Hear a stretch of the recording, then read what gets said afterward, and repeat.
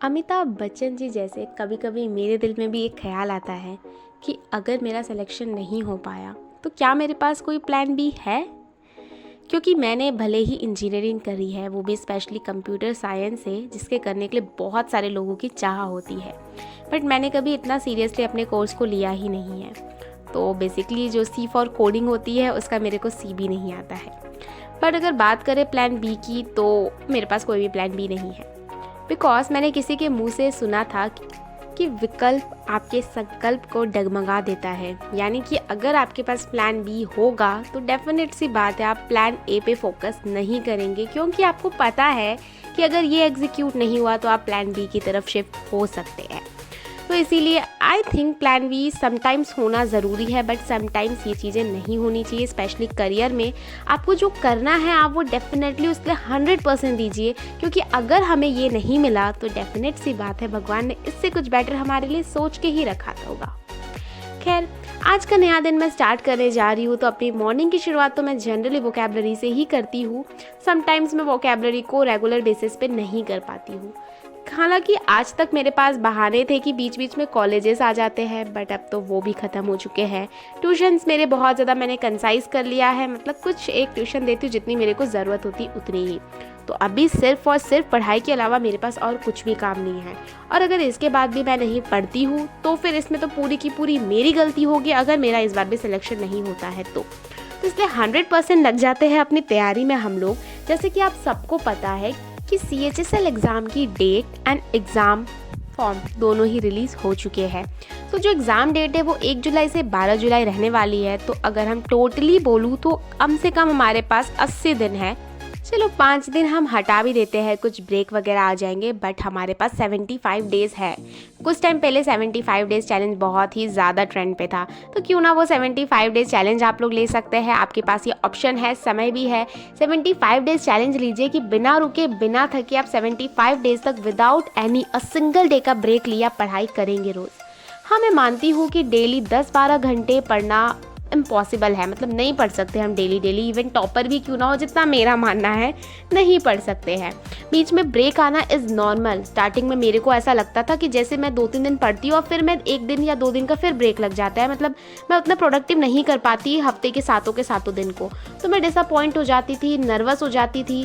But time to time मेरे को समझ आने लग गया इट्स नॉर्मल। मैं सबकी रूटीन देखी, काफ़ी टॉपर्स के इंटरव्यू वगैरह सब देखा, पता चला ये नॉर्मल है। आप लोग को इतना टेंस होने की ज़रूरत नहीं है। अगर आपने 7 में से ना 4 दिन भी अच्छे से पढ़ लिया ना तो इट मीन्स आप बहुत अच्छी तैयारी कर रहे हो। 3 दिन वेस्ट हो सकते हैं, लेकिन शर्त ये होनी चाहिए कि आपको एक भी दिन पढ़ाई छोड़नी नहीं है, क्योंकि यदि आपने एक भी दिन अपनी पढ़ाई को ब्रेक दे दिया ना, सेकेंड डे आपका खुद ही मन नहीं करेगा। आपको पता है मैक्सिमम लोग प्रिपरेशन के दौरान डिसअपॉइंट हो जाते हैं या डिप्रेशन में चले जाते हैं। फॉर शॉर्ट टर्म डिप्रेशन कह सकती हूँ मैं एक तरह से। उसका सबसे बड़ा रीज़न जो मैंने गौर करा है ना, जब हम एक्चुअली नहीं पढ़ते हैं या मेहनत नहीं करते हैं और हमको पता है हमको ये चीज़ करनी है, हमको अच्छे से पता है, फिर भी हम टाइम वेस्ट करते हैं ना, और वो टाइम बीत जाता है। उस टाइम पे तो हम फ़ोन चलाते हैं, मज़े करते, तब तो हमें होश नहीं रहता। वो टाइम बीतने के बाद ना हम रिग्रेट करते हैं, यार उस टाइम पे काश मैं पढ़ लेती। जिस रीज़न से हम डिसअपॉइंट हो जाते हैं एंड उस डिसअपॉइंटमेंट की वजह से हम आगे भी नहीं पढ़ पाते। तो मुझे पता है ज्ञान बांटना बहुत आसान है, बट जब खुद अप्लाई करना पड़ता है ना तो वो फेल ही होता है हमेशा। मेरे साथ नॉर्मली होता है। लोग तो बोल देते हैं कंसिस्टेंसी मेंटेन करो, बट लिटरली बोलूँ ना, अब जाके मुझे कंसिस्टेंसी की इंपॉर्टेंस पता चल रही है। अभी लगता है कि हाँ, अगर वो 300 क्वेश्चन है ना, अगर मैं इकट्ठा बैठ के करूँ या फिर एक दिन करने का सोचूँ या एक बार में सोचूँ ना, तो मुझे बहुत ही पहाड़ जितना लगता है। लेकिन अगर मैं रोज़ सोचूँ, चलो रोज़ 30 करूँगी, तो वो मेरे कंप्लीट हो जाएंगे सिर्फ और सिर्फ 10 दिन में। तो वो बहुत ईजी होता है, बट वो कंसिस्टेंसी ही मेंटेन नहीं हो पाती। देखते देखते कब अप्रैल का आधा महीना आ चुका है, पता ही नहीं चल रहा है। कहाँ जनवरी, अभी मैं तो फरवरी मैंने पढ़ना स्टार्ट करा था, दोबारा से रीस्टार्ट करा था यार, और कब अप्रैल आ गया पता ही नहीं चला। समझ ही नहीं आ रहा मैंने क्या फरवरी मार्च पढ़ाई भी करी है या नहीं, मतलब एकदम समझ नहीं आ रहा मैंने क्या पढ़ा। इम्प्रूवमेंट तो दिख ही नहीं रही मेरे को। बट हाँ, किसी के मुंह से मैंने सुना था कि आप SSC में जब आप पढ़ना स्टार्ट करते हैं, खुद पे मेहनत करना स्टार्ट करते हैं ना, तो आपको तुरंत रिजल्ट नहीं दिखेगा। इसलिए कहा जाता है इन कॉम्पिटिटिव एग्जाम में आपको पेशेंस रहना बहुत ज़रूरी है। क्यों? क्योंकि जैसे ही मैंने 2 महीने 3 महीने पढ़ाई करी, मेरे को अभी रिजल्ट नहीं दिखेगा, ये रिजल्ट मेरे को 5-6 महीने बाद दिखेगा। तो इसी पेशेंस के साथ मैं रेगुलरिटी के साथ पढ़ती तो जा रही हूँ, बट मन में सेल्फ डाउट भी रहता है कि अगर ये इतनी मेहनत करने के बाद अगर चीज़ें नहीं हुई तो क्या होगा, बट हाँ खुद पे डाउट करूँगी तो सक्सेस भी नहीं होंगे। ये थी मेरी कुछ मन की बातें आप लोगों के साथ जो मैं डेफिनेटली करना चाहती थी।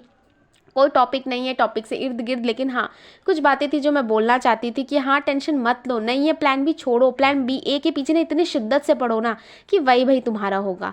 और एक और चीज़ बोलूँ, लक और किस्मत तो कुछ नहीं होती, ये तो मैंने अच्छे से देख लिया है, क्योंकि किस्मत भी कितनी भी अच्छी हो और लक कितना भी साथ देना, मेहनत नहीं करोगे ना तो कुछ हाथ में नहीं रखने वाला।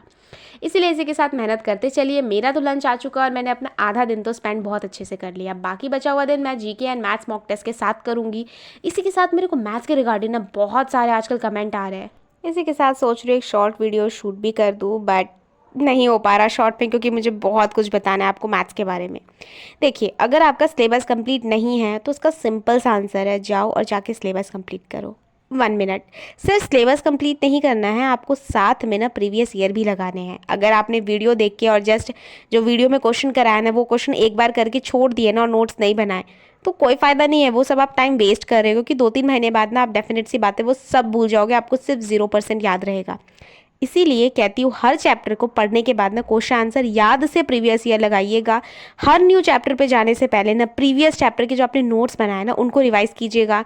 जो स्टार मार्क क्वेश्चन थे आपको एक बार उनको पलट के देख ज़रूर लीजिएगा, अदरवाइज आप नए पे जाएंगे और पिछला भूलते जाएंगे और फिर इन सब पढ़ने का कोई मतलब नहीं है। फिर मेरी तरह आपको भी बहुत सारा टाइम इस प्रिपरेशन को देना पड़ेगा, जो कि एसएससी कुछ भी नहीं है, उसको तो टाइम चाहिए ही नहीं। ये बस ना तुमसे एक चीज़ मांगता है, तुम पढ़ो और रिवाइज करो, पढ़ो और रिवाइज करो। बस फ़र्क इतना सा है ना, इसमें कंटेंट बहुत ज़्यादा है और आप अगर रिवाइज नहीं करते ना तो आप चीज़ें भूल जाओगे, इट्स ह्यूमन टेंडेंसी। ठीक है, तो रिवाइज ज़रूर करना चीज़ों को। अब आते हैं जिनका मैथ्स का सिलेबस कंप्लीट हो गया पर मार्क्स नहीं आ रहे, इसके लिए भी एक सीधा साधा सोल्यूशन है। वो क्या है?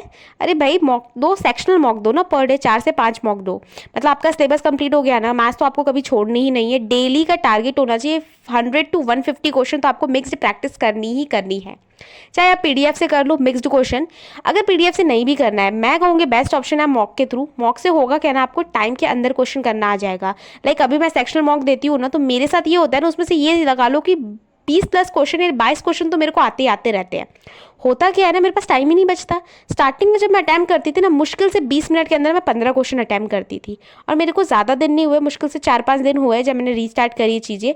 और अब शायद मैं 22 क्वेश्चन आराम से अटैम्प्ट कर लेती हूँ, बट हाँ सीरी मिस्टेक करती हूँ मैं काफ़ी ज़्यादा। तो अभी मेरे मार्क्स जो रहते हैं ना वो 38-37 अराउंड रह रहे हैं।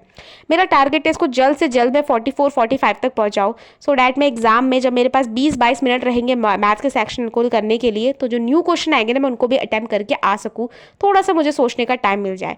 तो मेरा तो टारगेट फिक्स है कि मुझे 25 क्वेश्चन 20 मिनट में करने की किसी भी हालत में प्रैक्टिस करनी है।